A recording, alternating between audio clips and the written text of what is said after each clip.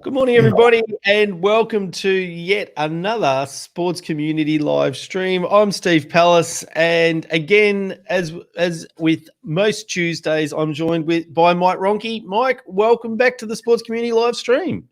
Great to be back, Steve. Welcome again. We've got the avid followers are watching your choice of cardigan and pullovers, and so we've gone the conservative black number for this live stream. The light knit this morning. Thank you. Yes, the open cut cardigan got a bit of comment and feedback.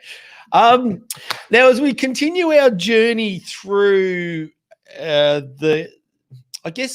complaints and major themes and causes of complaints, one that's very tricky, very delicate, and unbelievably very common is personality clashes. So, in your previous role as Member Protection Information Officer at Cricket Victoria, I'm sure a lot of complaints and personality clashes came across your desk. Is that actually the case? Oh, look, I wouldn't say a lot of cases. There was the odd case where people were just not getting on, and we're not going to ever get on. So yeah, I mean, Member Protection Information Officer, our role, my role at Cricket Victoria, we got a lot more meatier. But even in my role as Member Protection Information Officer at my local cricket club, and even as president, there's obviously personality clashes. It's just human nature to deal with every now and then. So what were the major causes of the clashes? Is there some generalized categories that you can talk about? Look, I can't think of any off the top of my head that I could categorize. Again, it's just personality clashes, I guess, are caused by people with just different values and different beliefs. Someone might like this type of coaching style, another may not like it. You might. I used to find, just as a president of a community club, it was more personality clashes came more from parents versus the coach versus coach's philosophy. My kid didn't get a go, or the coach is just hell bent on winning and only plays his best kids.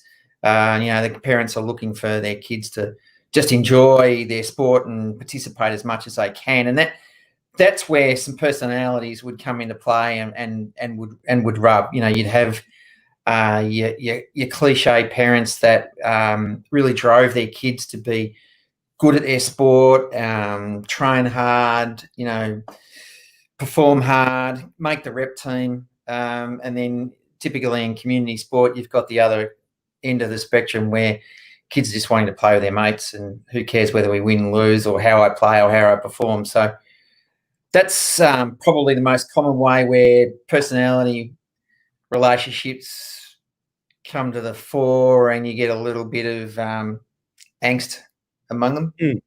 Yeah, and we've got 6, 7, 8, 9, 10 people online at the moment. So say good morning, jump into the comments, share your experience. We'd love for you to join the conversation on what can be a tricky kind of topic.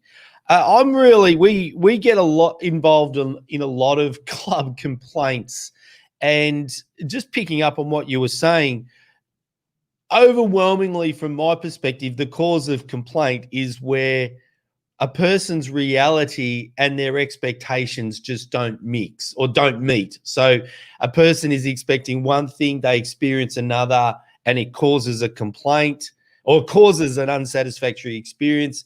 If that expectation is being caused by a third party, often that's the driver of the personality clashes. So if we bring it to that example that you're talking about, Ronks, the parent has one expectation, the coach has another.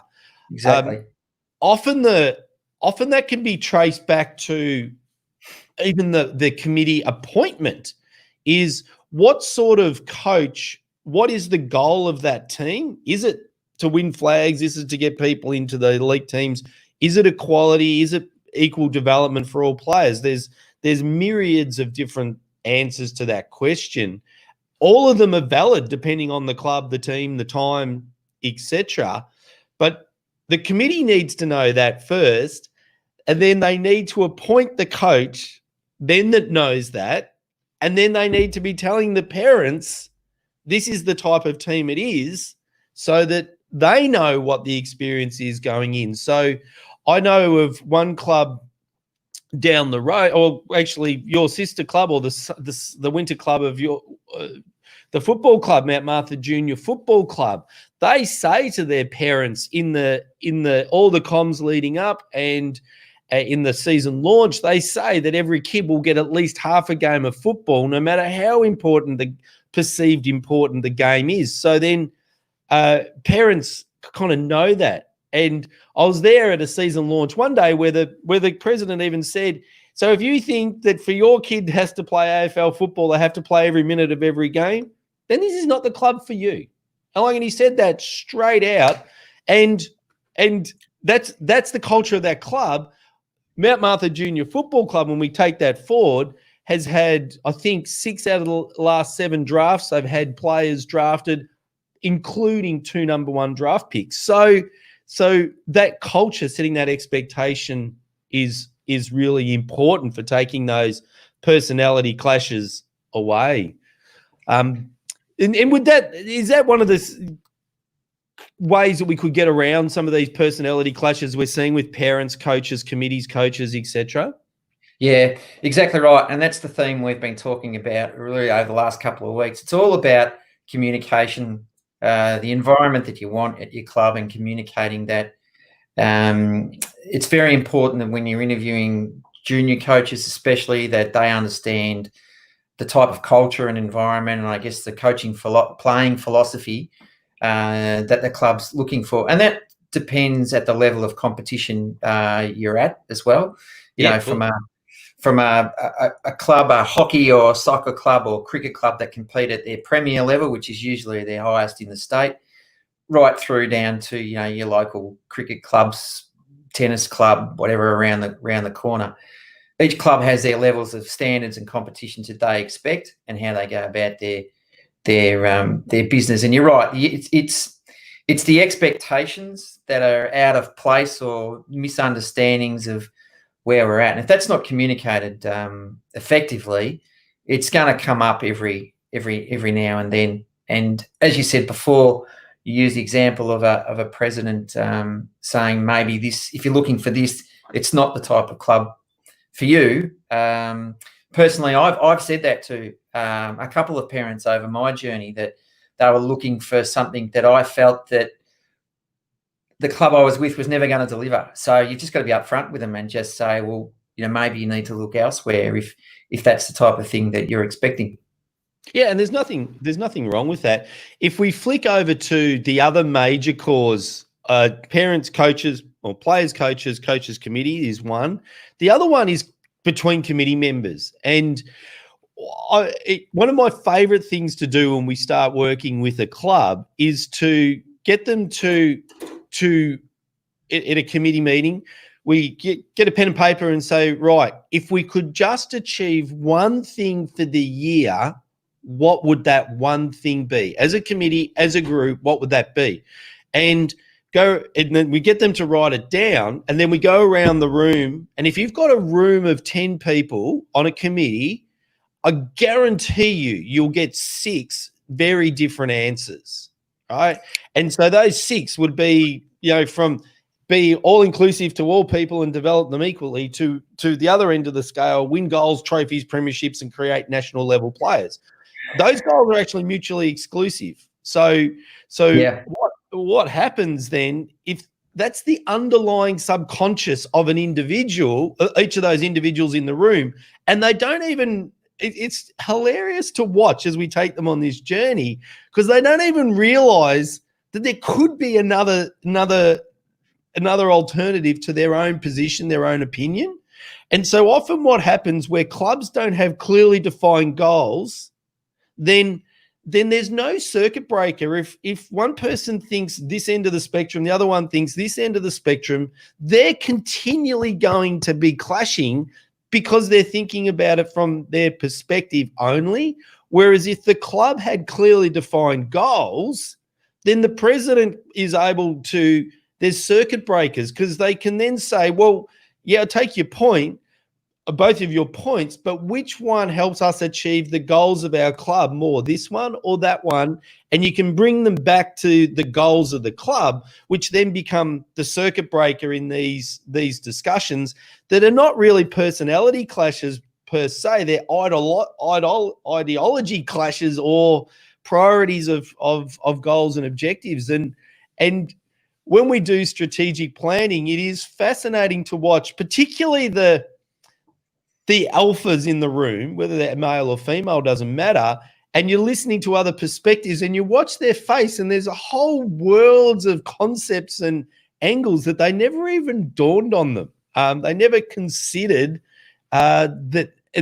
that would be what people are thinking. And that is a major cause of conflict between committee members that can easily be resolved by just clearly defining what is the definition of success for our club, and then constantly using that as the decision-making tool for a lot of the things that we're doing. Yeah, really important that committee establish that early and agree for that particular seasonal year from the outset. Everyone comes onto committees with their own agenda. Whether you're an alpha, say that positively. It's not a negative connotation, is it? It's just their own ideas. It's their own priorities for the club. Yeah. It's not a negative thing. It's in good faith. It's not. Their agenda might be to, create the greatest family, all-inclusive club, and another one's agenda might be, I want my son to have a really great experience and want him to play at his best, and we're going to have proper structured training. And that's the challenge with committees is, you need to get on the one page, essentially. And it's okay if other people have different agendas and other ideas, values, beliefs, just so long as you go about it, I guess, maturely and sensibly, and just agree to it's okay to agree to disagree. And the beauty of having committees is, if it comes to a particular point in time, where you simply take a vote on committee, and that's an effective leader can navigate their way through all that. Yeah, and people get really frustrated and angry when their position and opinion's not heard, and they're certainly less angry and frustrated if their position is not adopted. So they like to be heard. They like to have, and that's the management of good committees, is get all the information on the table, different perspectives, different thoughts, different ideas, and then what helps us achieve those goals. Yeah. Working out that discussion of success, because the obvious one to throw into your mix of develop and have fun and kids playing with people playing with their mates, et cetera, is, when do we win? Like when do we go flat out to go and for goals and premierships and trophies, and it might mean that the best bowler bowls unchanged one end, for example, or swims in every relay leg, or does the bulk of it because they're the best, and that gives the team the best option to win. So there's those sorts of things. But if we've made those decisions as a club early, what are the goals? Then for us, to achieve those goals, what are our expectations on the coaches, and then communicate to the parents? They all kind of flow in together. And it's a really, really powerful way of eliminating personality clashes, because by and large, people involved in community sports clubs are good people, and I guess that's how we go about unraveling the anger and the frustration when we get involved at the in the club. It's kind of before it gets into that formal MPIO process where they say, hey, can you come and help us? We're just stuck a little bit. And we go right back to, what's the goals? What are you actually trying to achieve? What does that mean for here? What does that mean for there? And then kind of recalibrate everybody based on, working together to achieve the goals of the club. And it inevitably works, because it's rarely, I genuinely, passionately dislike you as a person. It's more, hey, I think you're just doing the wrong thing. Well, the word passion, sport and passion. Yeah. You've got to understand, people usually have a good heart, and it's their passion that may be their undoing, the way they just simply communicate or deliver their message or deliver what they want. And you've always got to take that step back and go, I understand where this person's passion's coming from, but let's work with it and try and deliver it the right way. And every incorporated association, so every club, every association have to have legally a constitution. And it's usually that first page is a statement of purpose. Yeah. And that's what the club should go back to at all times, to say, right, our statement of purpose is A, B, C, D, E. It doesn't mean just because it's in your constitution that you have to do that for every year. You've got AGMs where you can change that statement of purpose and get it endorsed by the members again. So again, that's just another example of a communication tool that says, this is who we are. This is our purpose of being. Yeah, absolutely. And I guess again, it comes down to the key to preventing as many complaints as possible is actually really strong, good governance. And that's knowing what you're trying to achieve, having it documented and continually communicating it. So many people see governance as a compliance issue, and we only do it because we have to, or we need a strategic plan because we need it to get the grants, or because our peak body tells us to, and we do it and we tick a box. But it's not. This is a crucial part of successful clubs. I mean, it's the foundation of successful clubs. And Mike, if we go back to your first topic, which was in the complaint series, which was selection processes, again, creating those guidelines, communicating those guidelines, and then administering your club kind of within those guidelines so everyone knows what it is. Tribunals, again, process, structure, communication, make sure expectations and reality match. And without wanting to simplify it, it's no more complicated than that, is it, when we take it down to bare bones, sort of 101 sort of step-by-step stuff? Yeah, no, it's simple communication. It's effective communication. It's putting things like just codes of behavior up on your website. You know, you're creating that expectation straight away. And if someone finds themselves in a bit of trouble, and they come to you and say, well, I didn't know that, you know, you can say, well, look, it's on the website. Be aware of it next time. It's just simple communication and effective tools like that. And if conflict does arise, usually you can deal with it straight away. You know, there's your informal process and your formal process for more serious complaints. And usually the informal process is just to sit down with the person you've got an issue with and just work through it. If that can't be satisfactory, I guess, to one party, you can then get your member protection information officer involved, or your president, that might be, or someone of senior authority and is a good leader, and just sit down and talk it through. You know, 9.9 times out of 10, it's usually dealt with and resolved there, rather than letting it go and it festers, and then all of a sudden a club and some stakeholders might find themselves in the more formal process, where it's a formal mediation process, which the MPIO has got to organise through, you know, an independent mediator, and then that can escalate again to even more formal, where you go to a formal hearing where people can actually get disciplined or suspended or whatever the outcome might be in that process. And we might continue that discussion next week, actually, in the resolution. So